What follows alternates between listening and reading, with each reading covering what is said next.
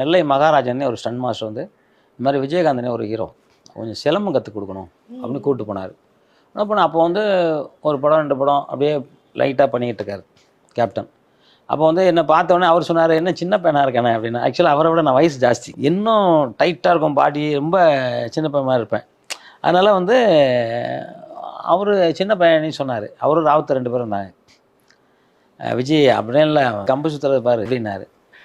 நான் கம்பு எடுத்து சுற்றின உடனே என் கண்ணுக்கு தெரில, காலையில் ஒரு 7-8 மணிக்கு சுற்றிக்கிட்டு இருக்கேன், கண்ணுக்கு தெரில. குத்து வருஷம் அடித்தேன், டபுள் கம்பு, மான் கம்பு, இது மாதிரி சுருள் நுஞ்சாகலாம். அப்போ நிறைய ஆயுதம் கையிலே வச்சுருப்பேன். எடுத்து கரகரன்னு சுற்றி எல்லாத்தையும் காமிச்சோன்னே அவர் அப்படியே கவர்ந்து கட்டி பிடிச்சிட்டார். சொன்னார், எனக்கு கற்றுக்கணும் எவ்வளோ நாள் ஆகும்னாரு.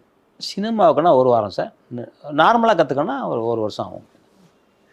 இல்லை எனக்கு சினிமாவுக்கு ஒரு பக்கம் இருக்கட்டும், அது மிஞ்சி வந்து எனக்கு வந்து நீங்கள் வந்து எனக்கு வந்து நார்மலாக எனக்கு ஒரு ஒரு சண்டை கற்றுக்கிறவன் எப்படி வேணுமோ அது வேணும்னு கேட்டார்.